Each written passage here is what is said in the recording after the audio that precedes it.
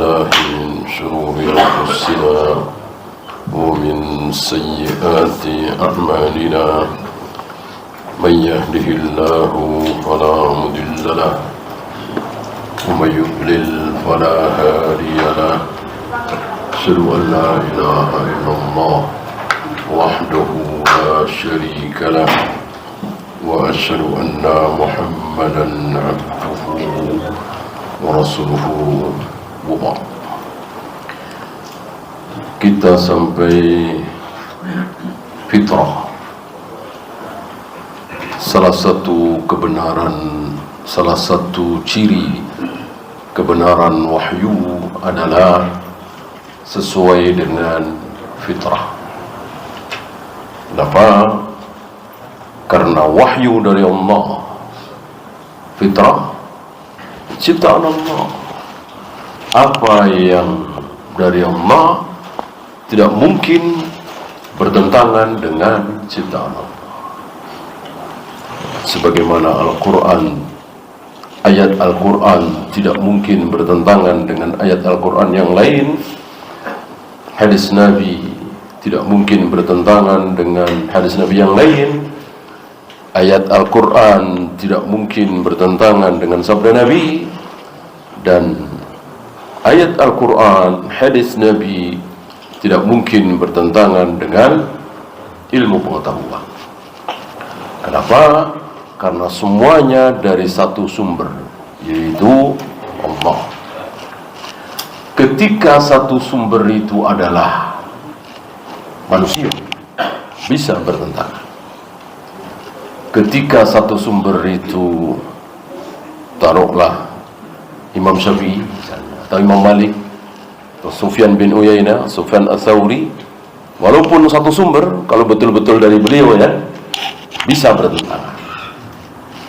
Adapun satu sumber itu adalah Allah, tidak mungkin bertentangan. Walau kana min 'indi ghairillah lawajadu fihi ikhtilafan katsira. Seandainya Al-Quran itu bukan dari Allah, maka pasti di dalamnya banyak pertentangan. Karena Al-Quran dari Allah, tidak ada satupun yang bertentangan. Termasuk fitrah.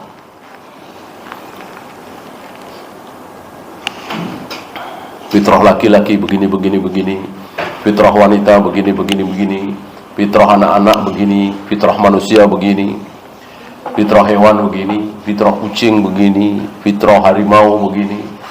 Ini semua dari Allah. Ya. Di sini beliau membawakan fitrah untuk menunjukkan kebenaran, keyakinan bahwa tidak mungkin Khalik mirip dengan siapa mirip? Dengan makhluk. Hunaka dalilun fitriyun, kata beliau. Ada dalil secara fitrah, fitri. Wa dzalika li anna al-insana bi fitratihi, bahwa manusia itu dengan fitrahnya, biduni ayyulaqqan, tanpa ditalkin, tanpa dituntun, tanpa diajari, ya'riful farqa bainal khaliqi wal makhluq, maka dia sanggup membedakan, bisa tahu perbedaan mana khalik, mana makhluk. Antara khalik dengan makhluk tidak mungkin sama.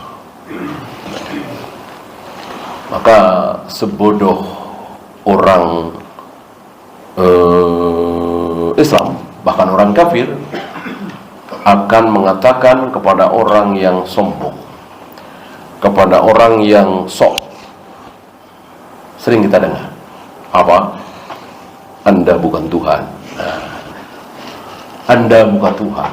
Ini menunjukkan bahwa secara fitrah, walaupun fitrah orang kafir, walaupun fitrah seorang muslim yang paling bodoh, akan meyakini bahwa Tuhan itu pasti tidak seperti manusia.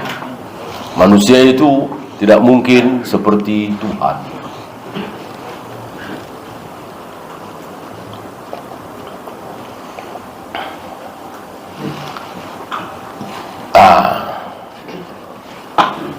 Jadilah di sini ada tiga-tiganya sudah kita lewati, yaitu sam'an wa aqlan wa fitratan. Sam'an naqli, ayat hadis. Aqlan akal. Terakhir satu lagi fitrah. Tiga-tiganya sepakat bahwa Allah tidak mungkin sama dengan makhluk. Fa in qala qailun. Ini menarik. Seperti biasa beliau membawakan satu permasalahan. Jaga-jaga kalau ada yang bertanya begini. Mungkin sudah pernah ada. Mungkin beliau juga tahu pernah ada yang mengatakan seperti ini. Saya bacakan. Ucapan yang mungkin akan keluar dari mulut seorang yang jahil. Inna Nabi sallallahu alaihi wasallam haddatsana bi ahadithi tashtabihu alaina, dengan hadis-hadis yang istibah, yang seolah menunjukkan persamaan antara Khalik dengan makhluk. Hal hiya tamthilun atau ghairu tamthilin? Apakah dengan demikian ini merupakan perumpamaan bahwa Allah mirip dengan kita? Wa nahnu nad'uha baina aydikum. Dan inilah hadis yang dimaksud. Apa? Sabda Nabi sahih riwayat Imam Bukhari, Muslim juga meriwayatkan dari Jarir bin Abdullah. Apa kira-kira? Bulan purnama. Bulan purnama diserupakan dengan wajah Allah. Saya bacakan sabda Nabi alaihi salatu wassalam, innakum satarawna rabbakum, kelak kalian akan melihat Rabb kalian, akan melihat wajah Allah. Sebagaimana kalian melihat bulan purnama. Kama tarawnal qamara lailatal badri, mirip-mirip dengan kalian melihat bulan di malam Badar, malam purnama, malam tanggal 15, bulat, ya, terang jelas, tentu ketika tidak mendung. La tudammuna fi ru'yatihi, tidak, tudamun bisa dua makna.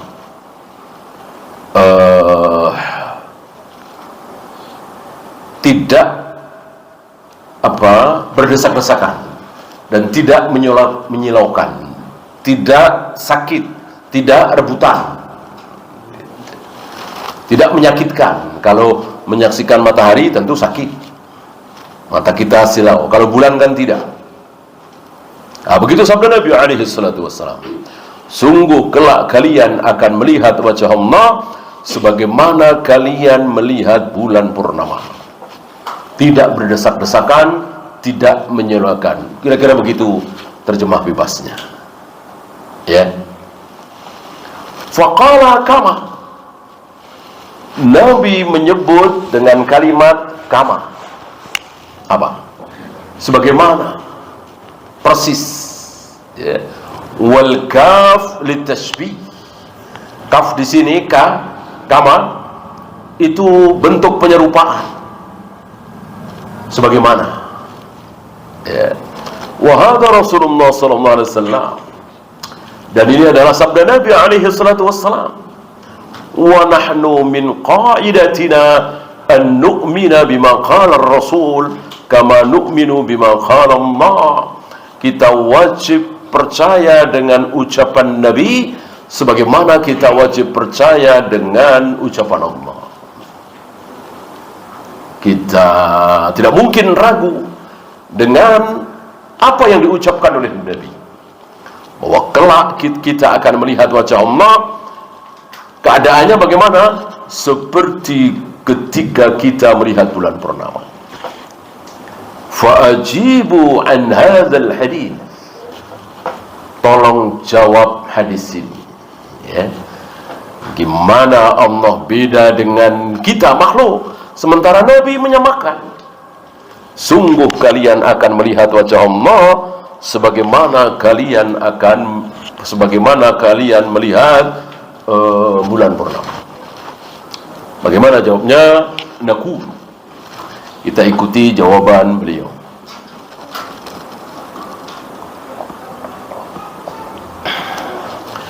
Dan inilah ulama Ahlus Sunnah, selalu punya jawaban, ya. Ketika dirasa ini merupakan serangan yang telak, yang dengan serangan ini akan hancur, patah, nggak bisa jawab, ternyata bisa, ya.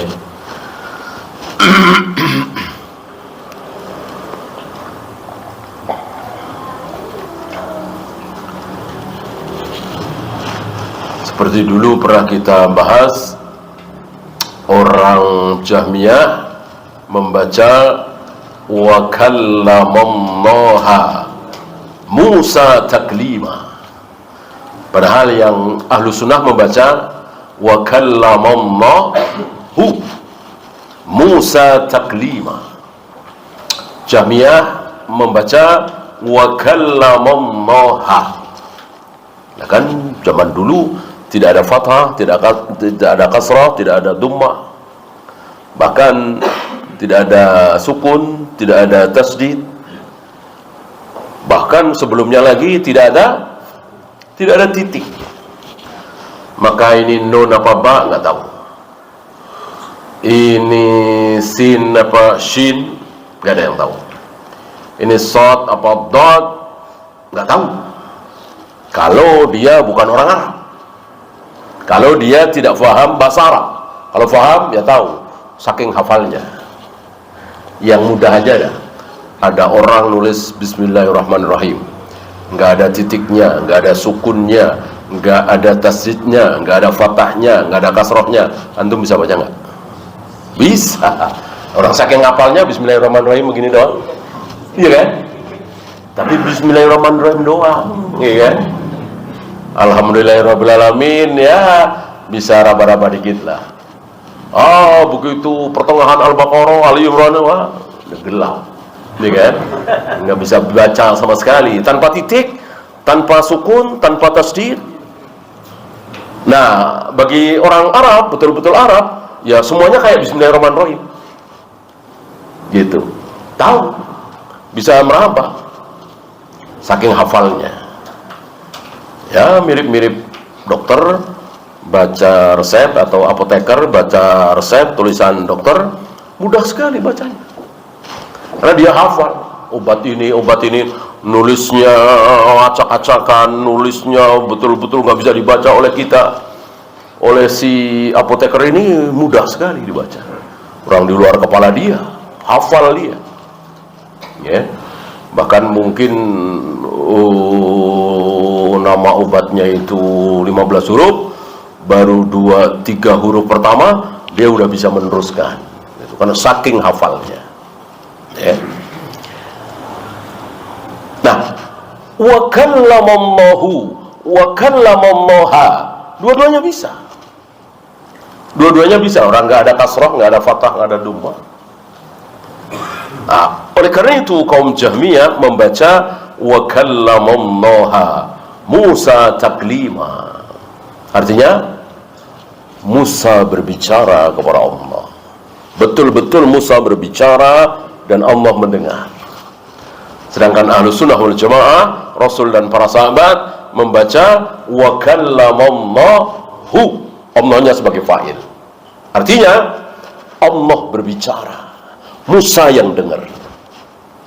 Kalau wa kallamallaha, Musa berbicara, Allah yang dengar. Nah, kaum Jahmiyah ini karena mereka tidak mau meyakini bahwa Allah ada suaranya. Kalau Allah ada suaranya berarti sama seperti kita berbicara, suaranya kedengeran oleh Nabi Musa, oleh Nabi Adam waktu itu, oleh Rasulullah, oleh Ibrahim. Ada beberapa nabi, ada beberapa manusia yang mendengar suara Allah langsung. Adapun melihat wajah Allah tidak ada, belum ada.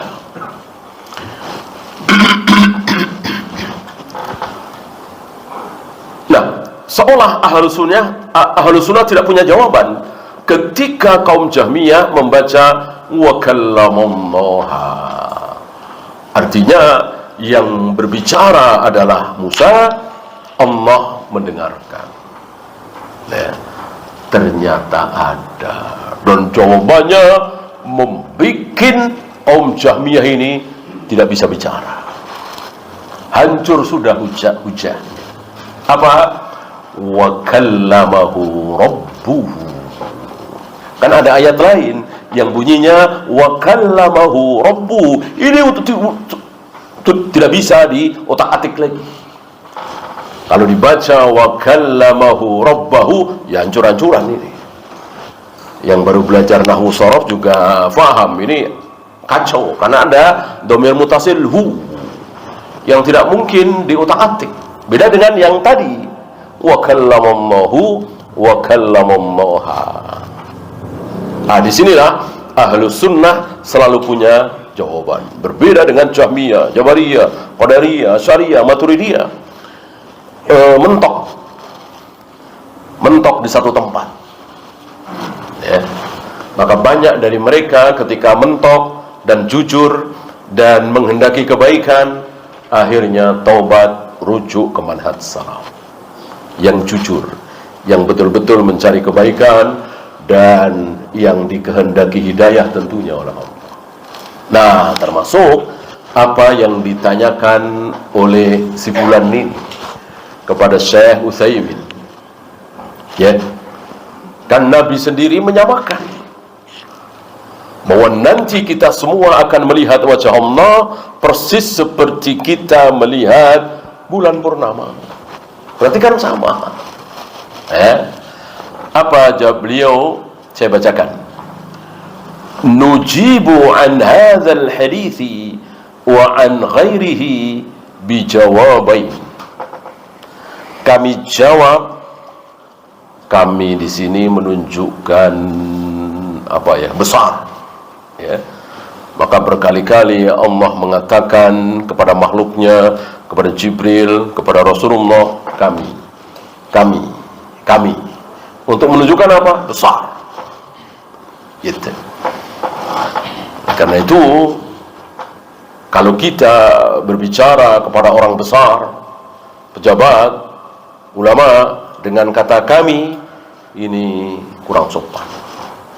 Ulama yang berbicara kepada kita dengan kami. Tapi ini bahasa Arab. Ini bahasa Arab, bukan kaidah bahasa Indonesia. Saya kira kaidah bahasa Indonesia tidak seperti itu. Itu kaidah bahasa Arab.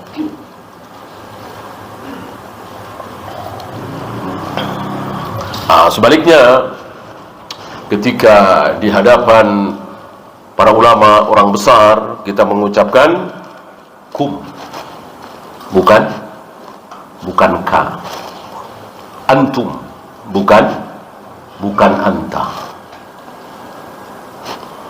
Kalau bahasa kita kan tidak seperti itu.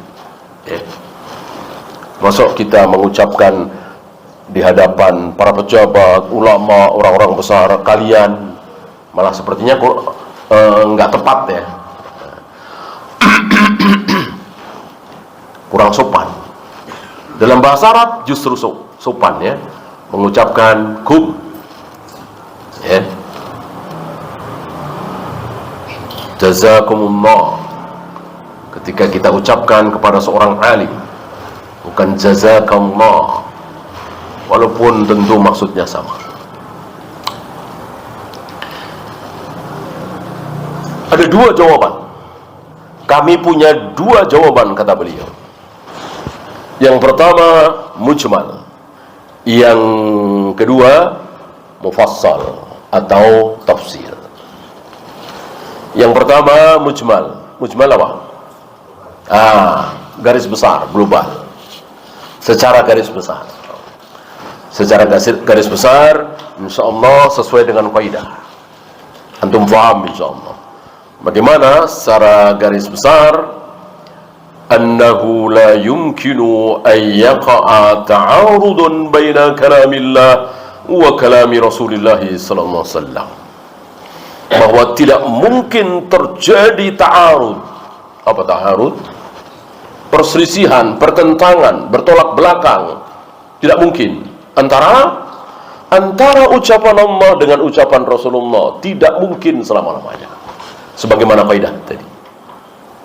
Ya. Kenapa? Li'annal kulla haq. Semuanya hak.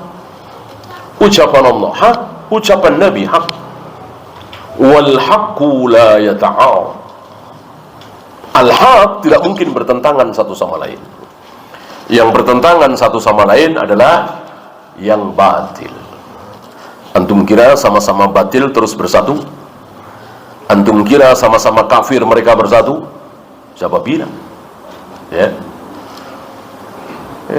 Perkiraan kita saja, mereka bersatu nih. Sama-sama ateis misalnya, sama-sama filsafat misalnya, filosof, mereka bersatu? Tidak. Tahsabuhum jami'an wa qulubuhum syatta. Kalian mengira bahwa orang-orang kafir itu bersatu? Tidak. Mereka berpecah belah. Beda dengan sama-sama beriman, sama-sama taat, sama-sama Al-Quran dan Sunnah, sama-sama salaf, dari masyrik sampai maghrib, sama insyaallah.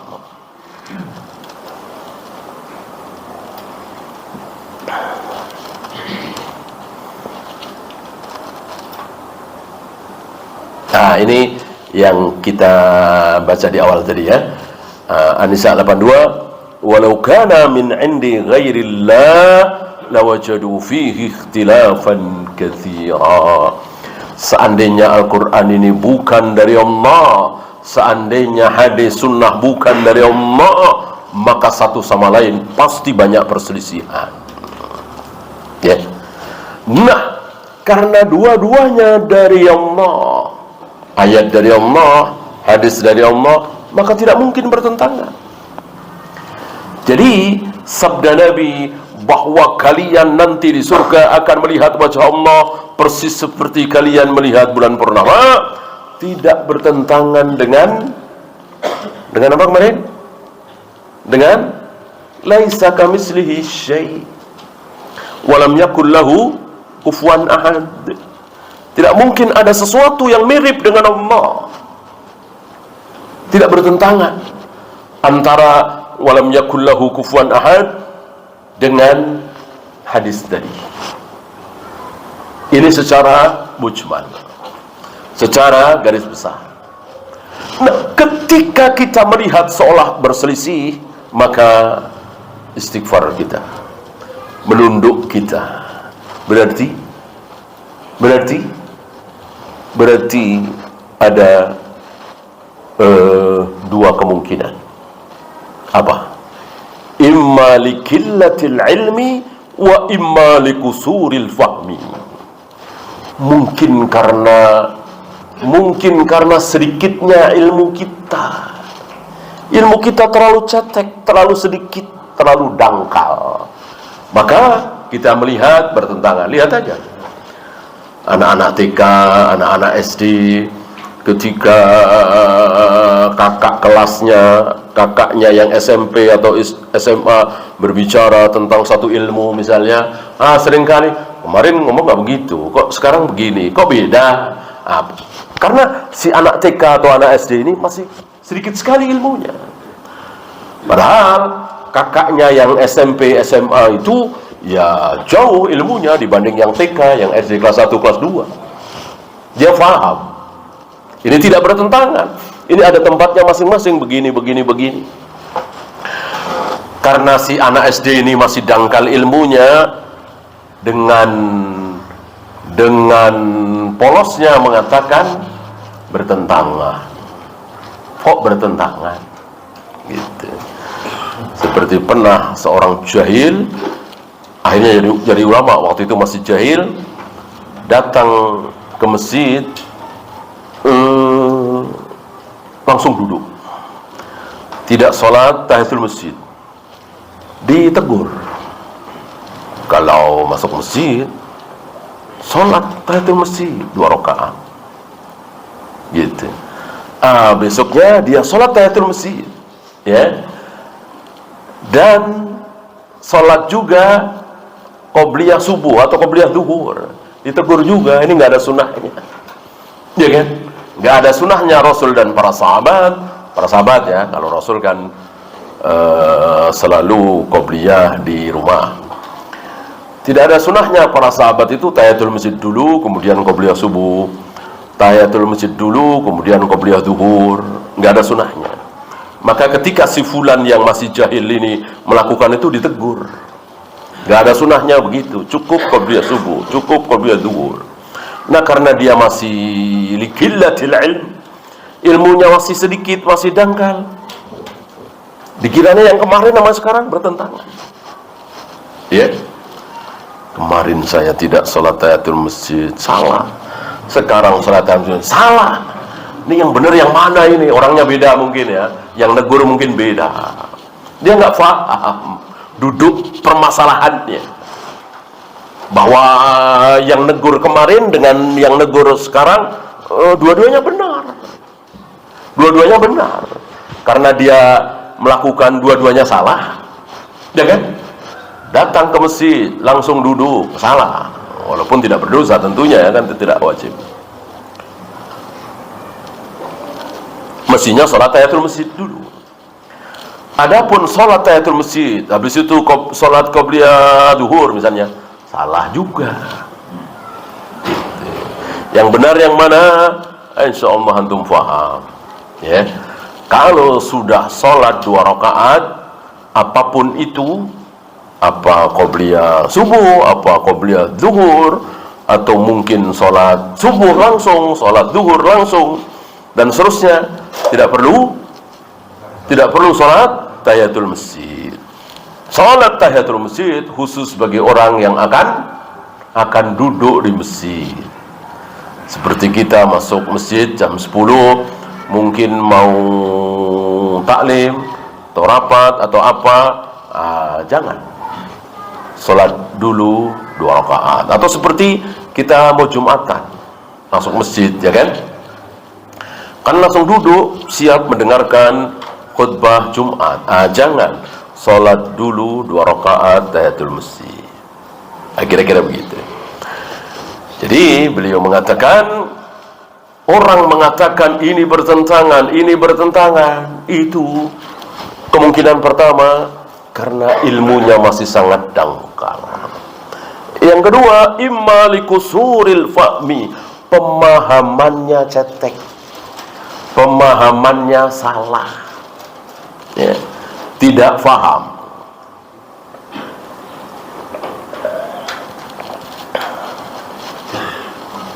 Seperti sebagian kaum muslimin menuduh kaum salaf hanya ngaji, hanya mencari ilmu, hanya berdoa saja untuk saudara-saudara kita yang terkena musibah, yang diserang oleh Yahudi misalnya. Paling ngirim bantuan, ya. Kenapa tidak ikut berjihad, ikut membela kaum muslimin di sana? Ini karena pemahamannya yang dangkal. Kalau dia faham siapa Yahudi hari ini dan siapa kita, tentu mereka akan berharap bahwa yang turun menghadapi Yahudi itu bukan kita, bukan kaum muslimin secara umum, tapi siapa? Iya, para pemimpin muslim yang punya pesawat tempur, yang punya bom, yang punya persenjataan lengkap. itu yang mestinya berhadapan dengan al-Yahud. Kalau kita bisa apa? Kita bisa apa? Ya, kalau hanya semangat berangkat, ya, sampai sono malah ngerepotin, ya kan? Yang berangkat jangan orang udah banyak di sana. Apa? Ya bom, ya senjata, ya. Kecuali yang berangkat seorang jenderal bersama pasukannya dengan senjata lengkapnya, kan begitu. Pemahaman yang tidak dangkal gitu. Kalau zaman dahulu iya, zaman dahulu, zaman Nabi, zaman Abu Bakar, zaman tabi'in, mungkin sampai zaman Imam Syafi'i masih apa? Banyaknya pasukan, ya kan? Masing-masing bawa pedang, masing-masing bawa panah. Nah kalau sekarang, ya kan? Tinggal pencet tombol, ya kan? Ya itu yang kita butuhkan. Nah, sementara kita tidak punya, orang kita ini bukan siapa-siapa. Nah, ya kira-kira begitu. Jadi jangan buru-buru mengatakan ini bertentangan, ini bertentangan, ini bertentangan. Seperti yang pernah kita bahas, seorang tokoh yang sangat-sangat anti bid'ah di negeri kita ini. Beliau sudah wafat. Itu mengatakan bahwa hadis badal haji bertentangan dengan wa alaysa lil insani illa ma sa'a. Bahwa seseorang akan mendapatkan pahala kalau dia sendiri yang melakukan kebaikan itu. Sementara badal haji itu yang menghajikan kan anak. Kenapa orang tua dapat pahalanya? Bertentangan nih. Ini karena likusuril fahmi, pemahamannya tidak benar. Walaupun tentu beliau bukan orang jahil, ya. Dan sekali lagi beliau sangat keras terhadap berbagai macam bid'ah. Tetapi dalam hal ini beliau keliru. Beliau lupa dengan sabda Nabi alaihi salatu wassalam, mungkin juga belum sampai ke beliau, bahwa inna auladakum min kasbikum bal min atyabi kasbikum. Sungguh anak-anak kalian adalah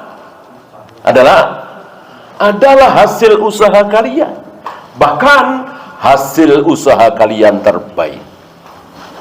Berarti ketika anak kita haji, umrah, salat, jihad, sedekah, baca Al-Quran, kita sebagai orang tua dapat pahalanya. Kan usaha kita, bahkan usaha kita yang terbaik. Nah, begitu kira-kira.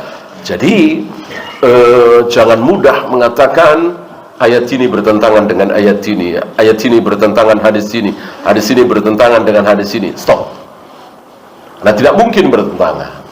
Kalau kita merasa bahwa itu bertentangan, istighfar kita, mohon ampun kita kepada Allah, supaya kita diberi pemahaman. Karena berarti kita yang salah, cara pandang kita yang salah, pasti, tidak mungkin tidak. Nah, sekali lagi, antara ayat dengan hadis tidak mungkin bertentangan. Ya. Satu lagi alasannya, wa imma lisu'il qasdi wan niyah, niatnya jelek, niatnya tidak tulus, niatnya buruk. Kan ada orang yang belajar ilmu itu untuk dipamerkan, sok-sokan. Nah, ini Allah tidak suka, Allah tidak beri hidayah berupa pemahaman. Biasanya orang yang sok-sokan seperti ini, dia belajar ilmu untuk dipamerkan, supaya dapat gelar, supaya masyhur, supaya dipuji-puji. Orang seperti ini biasanya tidak diberi hidayah oleh Allah menjadi faham. Akhirnya mereka nggak paham. Ya, karena apa? Karena niatnya buruk, tidak ikhlas karena Allah.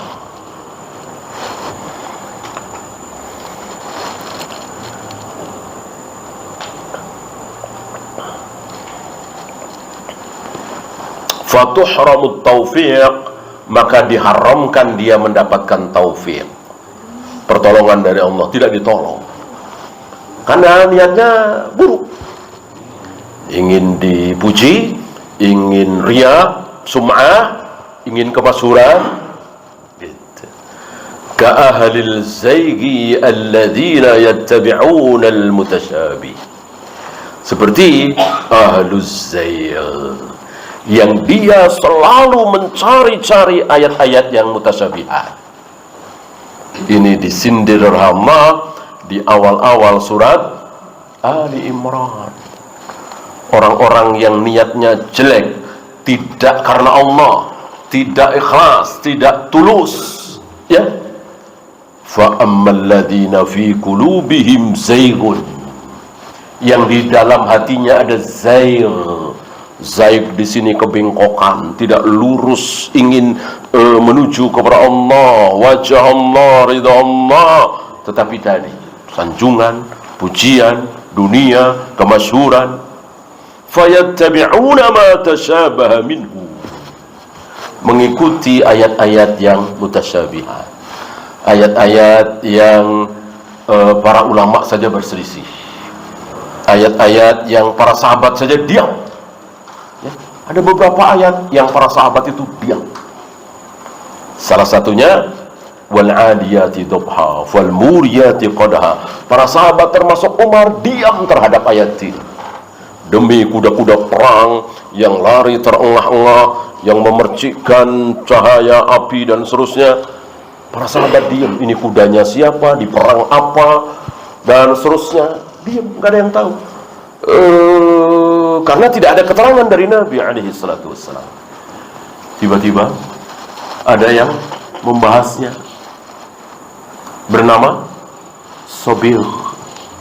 Tiba-tiba di otak-atik dan nanya ke sana kemari, takalluf.